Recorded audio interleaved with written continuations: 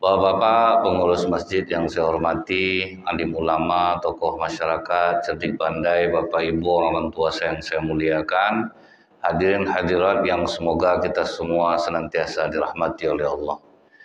Kita awali dengan mengucapkan alhamdulillahirabbil alamin, bersyukur kita kepada Allah atas segala nikmat yang diberikan Allah kepada kita, terutama nikmat kekuatan iman. Sehingga walaupun ada di antara Bapak Ibu mungkin yang sakit, yang lemah, tapi semua dikesampingkan dan hadir di masjid ini, inilah nikmat yang sangat luar biasa. Bersolawat kita kepada Rasulullah Sallallahu Alaihi Wasallam dengan ucapan Allahumma salli ala Muhammad wa ala alihi wasallim. Semoga dengan banyak kita bersolawat kita mendapatkan syafaat di yaumil akhir kelak. Rasulullah Sallallahu Alaihi Wasallam menyusu dengan Halimatus Sa'diyah itu lebih kurang 5 tahun. 5 tahun cuman menyusu, tetapi Rasulullah tidak pernah melupakan ibu susuannya. Jadi di sini Rasulullah mengajarkan, jangan pernah lupakan jasa orang, walaupun orang hanya sebentar dengan kita. Padahal waktu itu Pak, sistemnya kan diupah susu itu Pak. Diupah padahal, tapi Rasulullah tidak pernah melupakan kebaikan itu.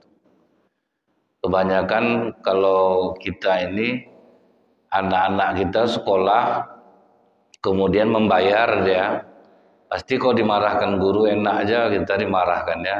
Kan kita membayar di sekolah, itu Pak. Nah, tapi kalau Rasulullah mengajarkan walaupun berbayar, tapi kebaikan itu tidak dilupakan. Buktinya apa Bu? Waktu Rasulullah menikah dengan Ummul Mukminin Khadijah, Halimah pernah datang bertamu. Dan itu berarti sekitar hampir 20 tahun tidak berjumpa. Datang Halimah ke rumah Bu, disambut oleh Rasulullah dengan hangat. Diperkenalkannya dengan Khadijah, ini ibu susuan. Jadi berceritalah Halimah ini bagaimana keadaan di kampung musim paceklik sekarang, agak payah hidup, tanaman susah. Melihat gelagat itu Bu, Rasulullah memandang kepada Khadijah. Begitu Rasulullah memandang kepada Ummul Mukminin Khadijah, Ummul Mukminin Khadijah langsung nyambung. Kita harus bantu ibu susuan Rasulullah ini. Nah, sekali membantu itu Pak, hendaklah tanggung-tanggung Pak. Jadi dalam riwayat ini disebutkan diberikan kepada Halimah 10 ekor kambing yang gemuk-gemuk, 3 juta kali 10, 30 juta. Habis itu anak onta yang tegar-tegar, kalilah 23 juta. Setelah itu dikasih pula tunggangan yang sangat kuat untuk dikendarai di tengah padang pasir.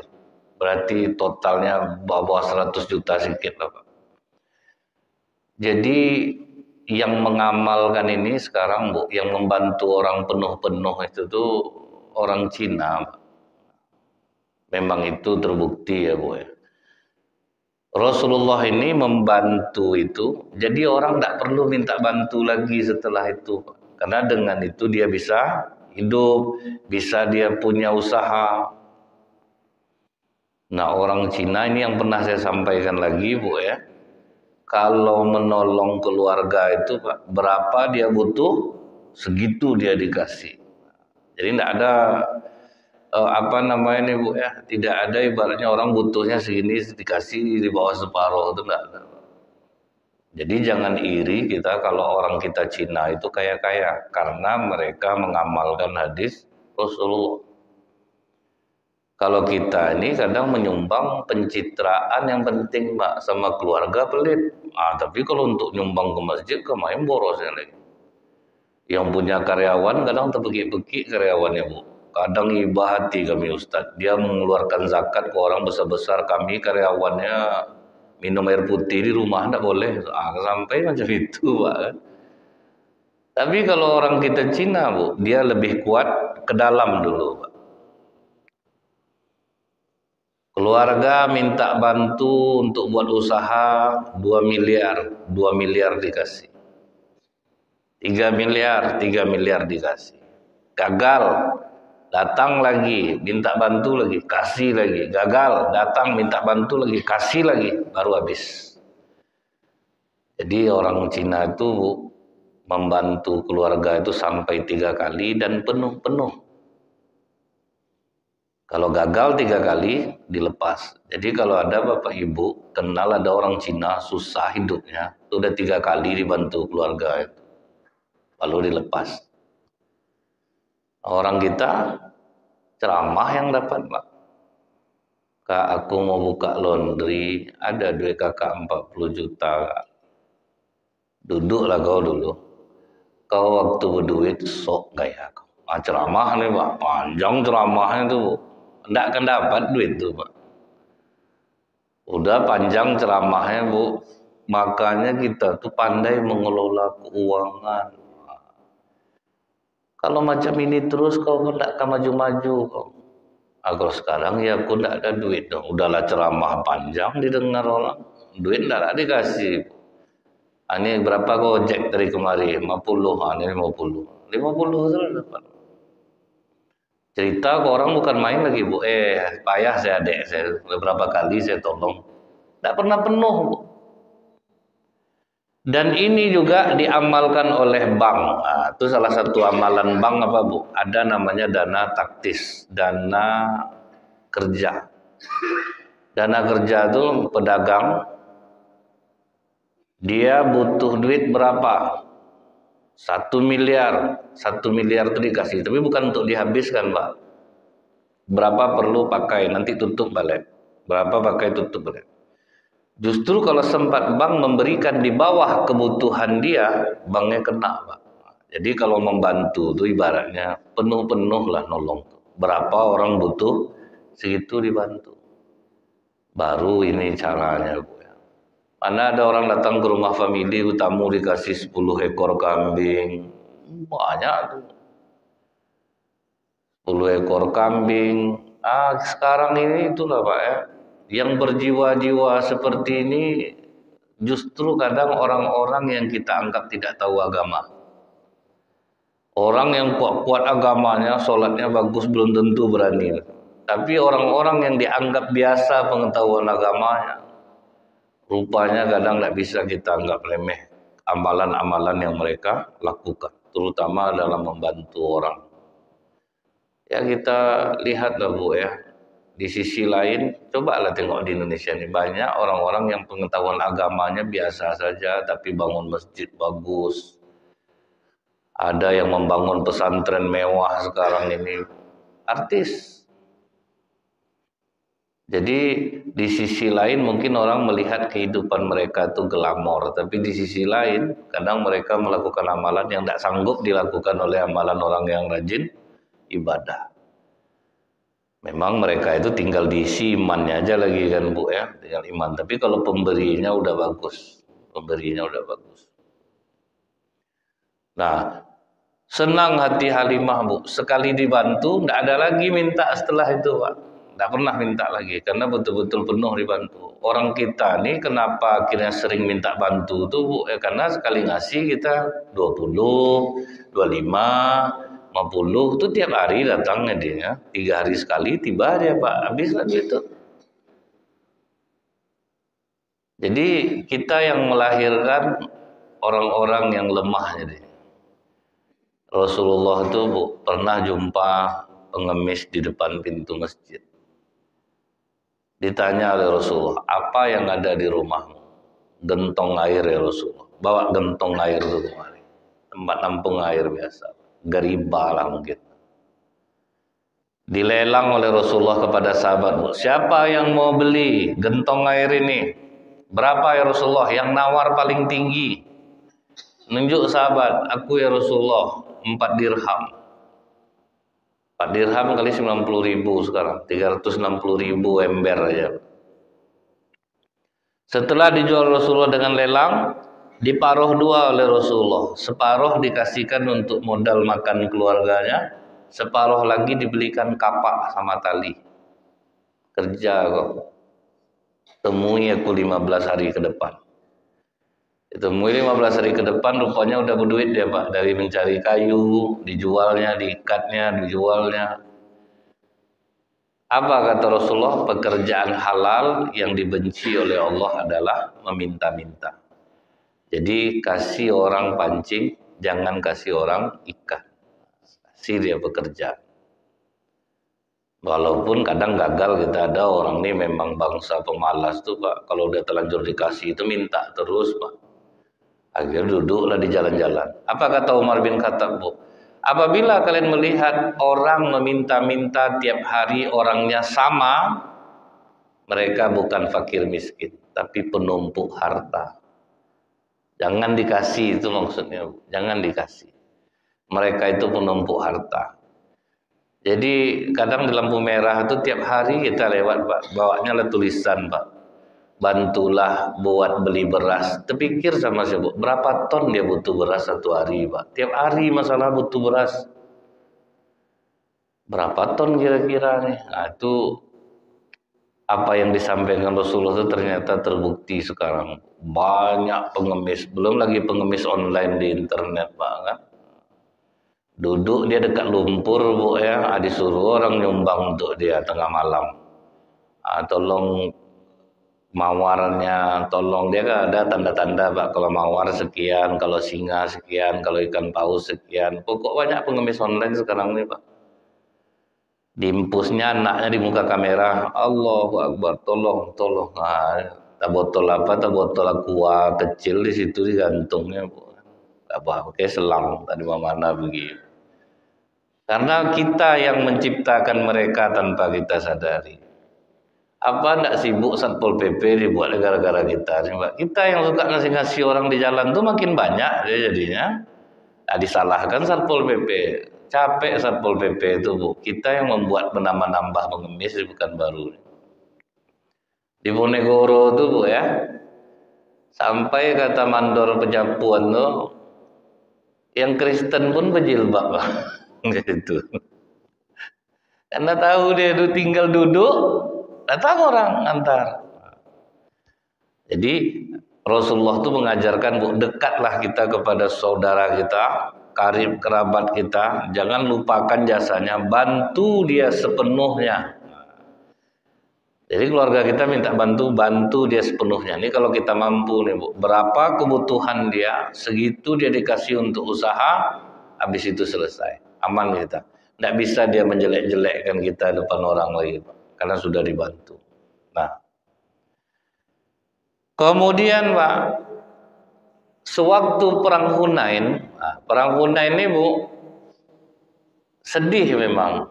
Waktu itu umat Islam sempat sombong. Nah itulah Allah itu mengajarkannya Pak.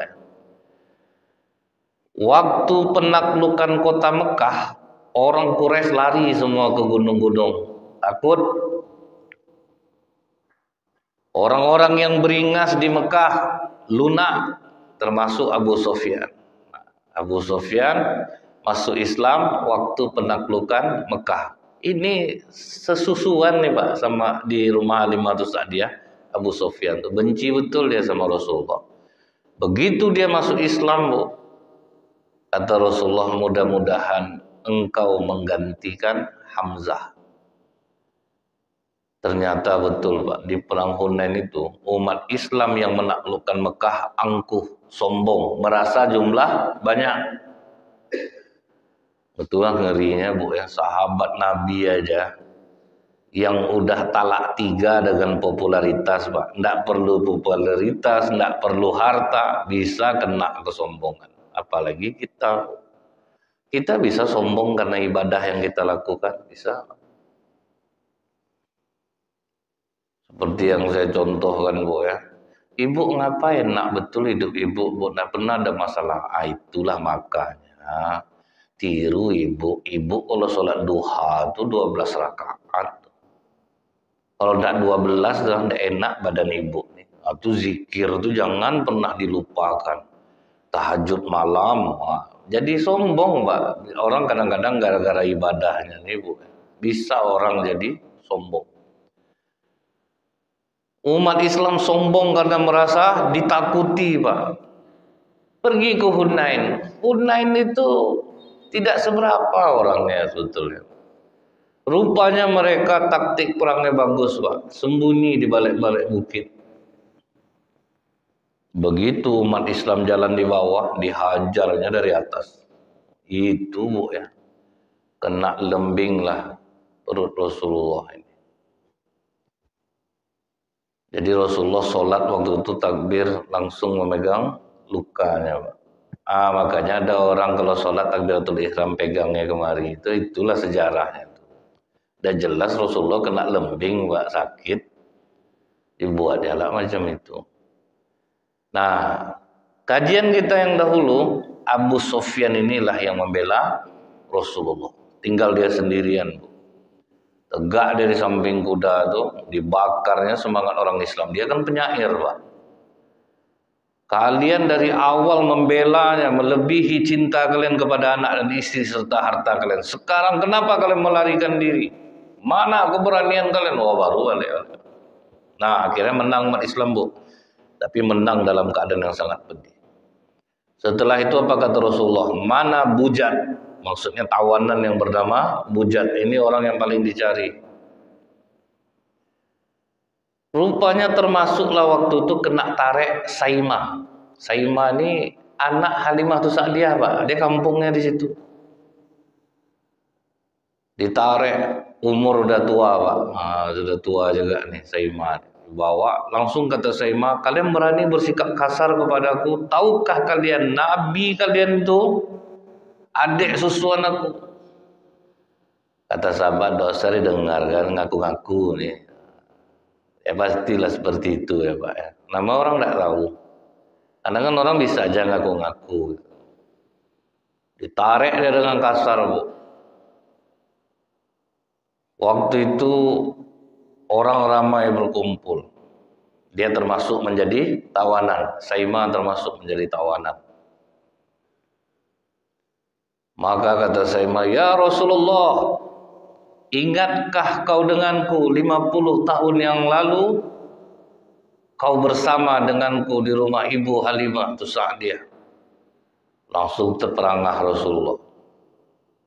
Kalau memang kau Saimah, coba ingatkan satu kenangan aku denganmu. Ya kan udah 50 tahunan, Pak, tidak jumpa. Maka kata Saimah, kau pernah menaiki punggungku dan menggigit bahuku. Itu yang diingatkan. Karena itu rasanya yang berkesan. Waktu kecil itu nakalnya Rasulullah waktu itu, Bu, ya, waktu anak-anak itu. Kau menggigit punggungmu. Wah, langsung nangis Rasulullah, Pak. Tidak ada malu Rasulullah, Bu, ya, mengakui ini kakaknya. Tidak ada. Kalau kita tidak ingat pula saya lagi. Di mana dulu? Mungkin berusaha untuk melupakan. Awak tinggi pangkat, Bu. Ada cerita seorang ibu guru. Waktu SMA dia sangat sayang betul sama muridnya nih karena pintar. Selesai tamat, ibu ini tetap ngajar. Adalah rapat di luar kota, tapi masih bisa ditempuh pakai Honda. Begitu selesai rapat, jumpa dia muridnya itu pas belanja, muridnya yang pintar, yang disayang dia waktu SMA. Kamu ya? Kamu sekolah di sini dulu kan? Dibuat-buatnya lupa, Pak. Dia udah jadi dokter. Ibu, siapa yang tidak ingat saya? Terpukul hatinya. Murid kesayangan. Belum berapa tahun betul lah tamat baru, Pak. Udah lupa dia sama guru. Malu karena dia dokter. Menunglah ibu nih, Bu, sambil jalan tuh. Bocor ban Hondanya. Hari udah mau malam, Pak. Ada motor lewat, balik motor tuh. Ibu ini ya? Iya. Saya murid ibu, Bu. Yang paling dibenci dia waktu di sekolah dulu. Ibu kenapa? Ban ibu bocor. Ya udah, Bu, sini ibu pakai Honda saya yang dorong ke bengkel. Habis itu dicarikannya penginapan untuk ibu tuh. Ibu nginap malam ini, pokoknya ibu besok pagi itu beres motor ibu saya antarkan. Disitulah ibu tuh tengenung. Orang yang anak yang kita tidak sayang, justru dia yang perhatikan.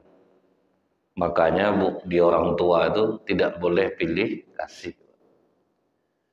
Kadang emak-emak nih bu, siapa yang paling sering ngasih duit, itulah anak kesayangan dia. Itulah anak kesayangan dia. Pas dia sakit yang nunggu, rupanya miskin-miskin itulah yang mau nunggu. Jadi kadang tidak bisa kita seperti itu. Rasulullah bu, seorang Rasul, tibanya kan tertinggi itu pak di antara para sahabat tuh bu ya. Tapi tidak melupakan kakak susuannya walaupun sudah 50 tahun.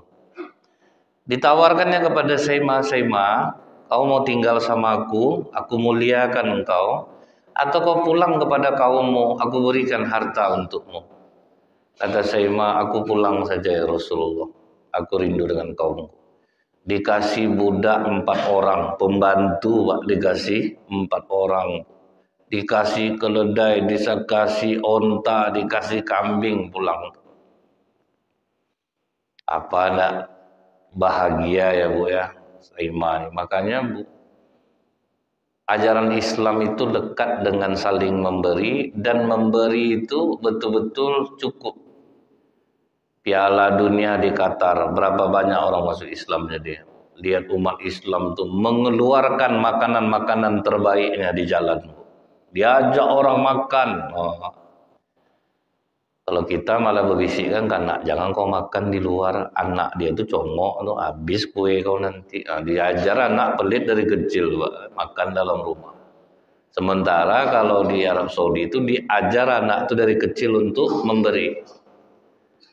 Kalau orang yang umroh bulan Ramadan, nampaklah dia anak kecil. Jadi bujuk-bujuknya pak untuk ngambil makanan dia tuh, supaya mau kita ngambil makanan. Karena mereka tahu pahala memberi makan ini dijauhkan dari neraka sebanyak 7 parit. Jarak 1 parit dan parit berikutnya sama dengan 500 tahun perjalanan. Ini kita ngajak orang makan sekali setahun ke rumah. Itu pun mihun sama lontong. Doa mintalah banyak tuh. Sehat badan, rezeki murah, mana mau. Imbang-imbang lah gitu. Sekali setahun undang orang nih, besok mau masuk bulan puasa nih bu, sembelihkan kambing, cari ikan bakar yang besar tuh, udang galah, itu tengoklah doa orang nanti di rumah ibu tuh, tanggung kusuknya tuh bu, astagfirullahaladzim. Tapi kalau nasi-nasi biasa, lauk-lauk biasa tuh bu, astagfirullah. Lah ini istighfar abang macam ini lah, apa nak macam ini istighfar dibuat lemah semua. Mengaminkannya pun loyo, amin, amin.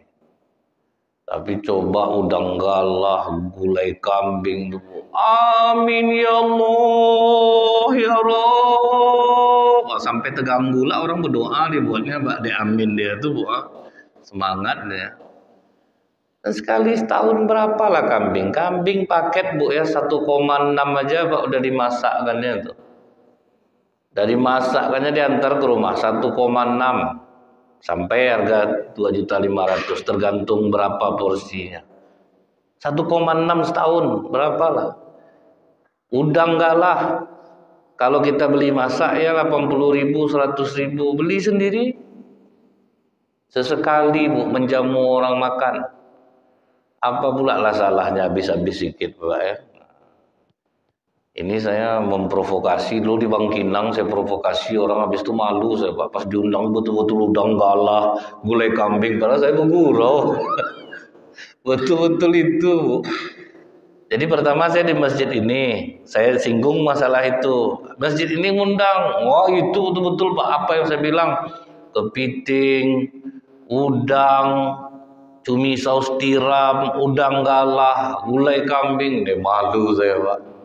Tapi makan juga saya Bu, banyak juga makan saya waktu itu. Nah inilah umat Islam itu memang diajarkan memberi.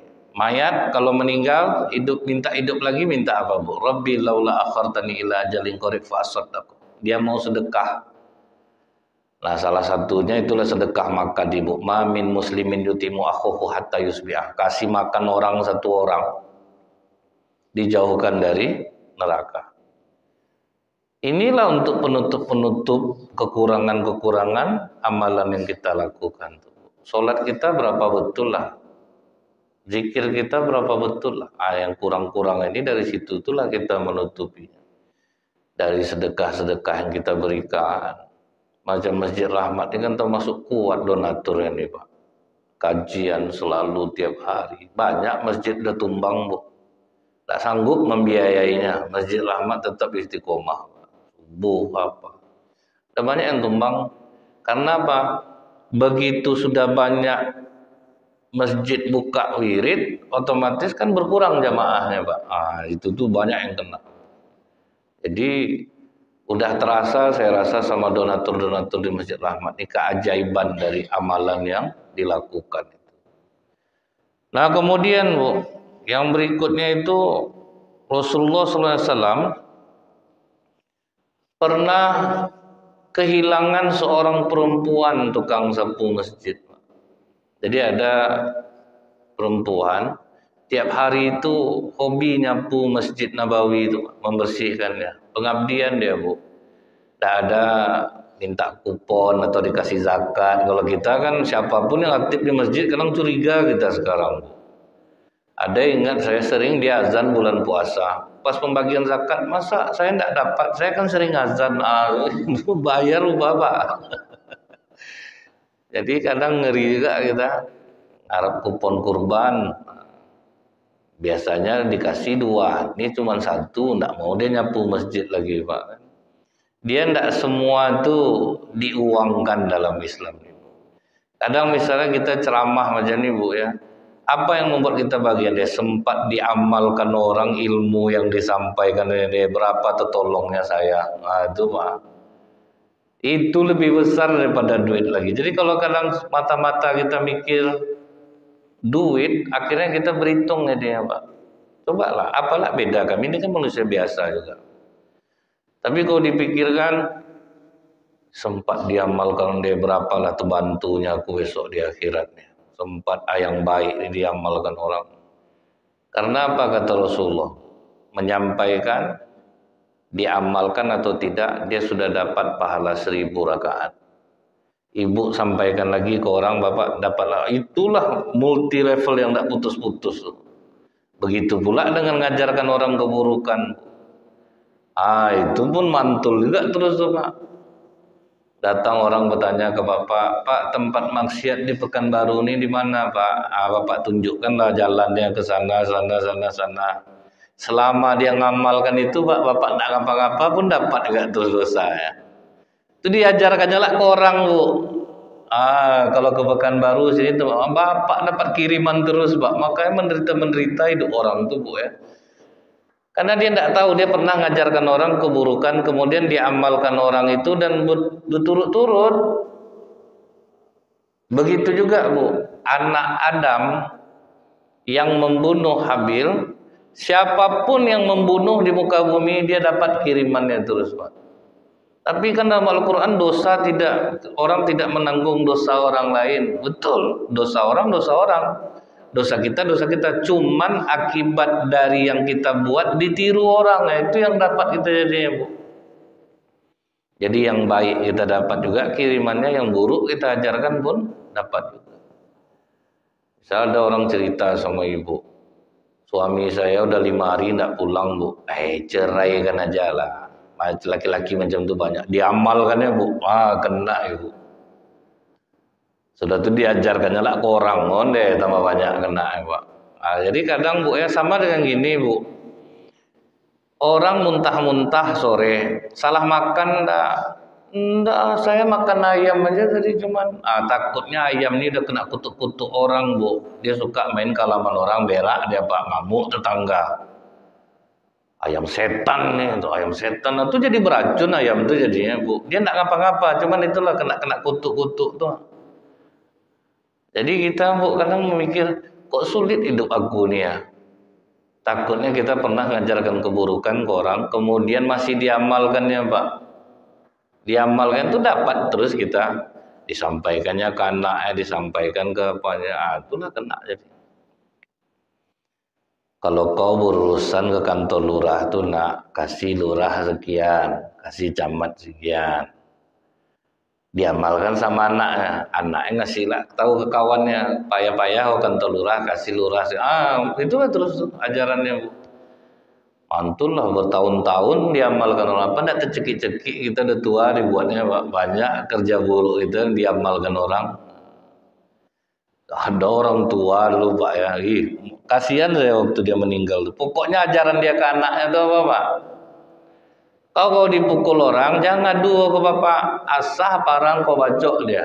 Nah, itu ajaran dia ke anak-anak. Itu meninggalnya tidak jadi-jadi Pak, sampai udah mengeluarkan kursi orang tidak juga mati dia Pak. Ada bobar lagi. Ada beberapa kali baru mati total Pak. Karena mungkin bolak-balik dia. Nah, jadi Rasulullah ini Bu mengajarkan juga kepada kita untuk tidak meremehkan siapapun. Tukang sapu masjid rajin mengabdi, ikhlas, tahu-tahu meninggal Pak. Rasulullah tidak tahu nih. Udah sekitar 3 hari Rasulullah sholat, tidak melihat perempuan itu. Ditanya Rasulullah, mana yang biasa nyapu masjid? Dia sudah meninggal ya Rasulullah. Kenapa kalian tidak memberitahu aku? Jadi bagi Rasulullah itu Bu, siapapun, mau serendah apapun orang, jangan pernah kita meremehkan. Karena memang ajaran Islam ini Bu, kita tuh kadang suka mandang orang itu sebelah mata. Kita kadang suka meremehkan orang. Ini yang kadang-kadang tanpa kita sengaja. Kita tuh tidak tahu kadang orang ini siapa. Makanya kita tuh diajarkan untuk selalu menghargai orang, menghormati orang. Saya pernah ceramah Bu, perusahaan besar. Tapi bosnya nyatu sama karyawan Pak, pakai baju kaos oblong duduk. Untung saya menghargai orang. Jadi kalau sempat enggak Pak, kan saya sangka karyawan biasa tuh Pak, lupa dia bosnya. Cuman gayanya macam itu. Jadi kita ini Bu ya, jangan pernah meremehkan siapa. Hargai orang yang berbicara dengan kita, karena kita enggak tahu ini siapa. Ada perempuan bawa keranjang sayur masuk mall yang jual perhiasan mahal Pak. Jadi karyawan yang lain tuh ini akan membeli macam ini, orang masuk ke sini. Tapi ada satu karyawati langsung disambutnya ibu tuh. Kemudian apapun yang ditanya ibu tuh dikeluarkannya Pak. Walaupun dia belum bawa keranjang sayur. Sudah tuh, saya ingin boleh enggak lihat perhiasan yang paling mahal di sini. Oh bisa Bu, silakan masuk ruangan itu, dibawa ke ruangan VVIP. Duduk dia di bawah ibu tuh, ditengokkannya katalognya, model-model perhiasan apa. Apa impian terbesar seorang perempuan, kata ibu tuh ke karyawati ini. Saya memang tidak pernah memiliki ini, tapi siapapun perempuan pasti ingin. Tapi kenapa kamu banyak tahu tentang perhiasan ini? Karena kami belajar, tapi saya tidak pernah memilikinya. Kalau gitu kita ambil yang ini 2, 1 buat kamu, 1 buat saya. Waduh, baru heboh toko tuh Bu. Yang sok-sok tadi tuh, biar aku yang melayani, biar aku yang melayani. Kata ibu tuh, saya tidak mau sama kamu, sama yang tadi. Jadi jangan pernah meremehkan orang. Macam orang-orang dari luar kota Bu, orang-orang sawit tuh, kadang kan kulitnya hitam-hitam, tapi duit banyak Pak. Masuk ke mall, nanya tempat tidur yang 36 juta tuh, enggak diacuh kan Pak. Udah capek dia bertanya, dan enggak diacuh kan. Pergi dia ke bosnya, bos kamu yang mana? Ditunjuknya ada Cina tuh. Katanya ke ibu yang Cina nih, saya beli tempat tidur nih 2, tapi berhentikan dia, bisa enggak? Bisa lah.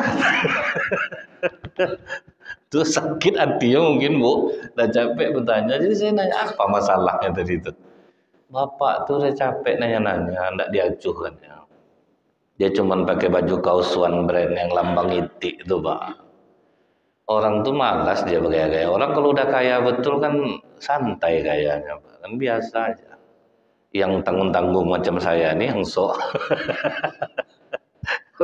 Kalau yang udah kaya betul santai, aman ya. Apa yang dilakukan Rasulullah? Udah berbunyi alarm? Belum. Apa yang dilakukan Rasulullah, Bu? Tunjukkan aku di mana kubur perempuan itu, dan Rasulullah menyolatkannya di kuburan. Jadi bagi Rasulullah semua orang berharga, semua manusia berharga. Dan bagi Rasulullah, Bu, tidak ada sahabat yang terbuang satupun, Pak. Mereka dipakai sesuai dengan keahliannya. Cobalah, Bu, ya.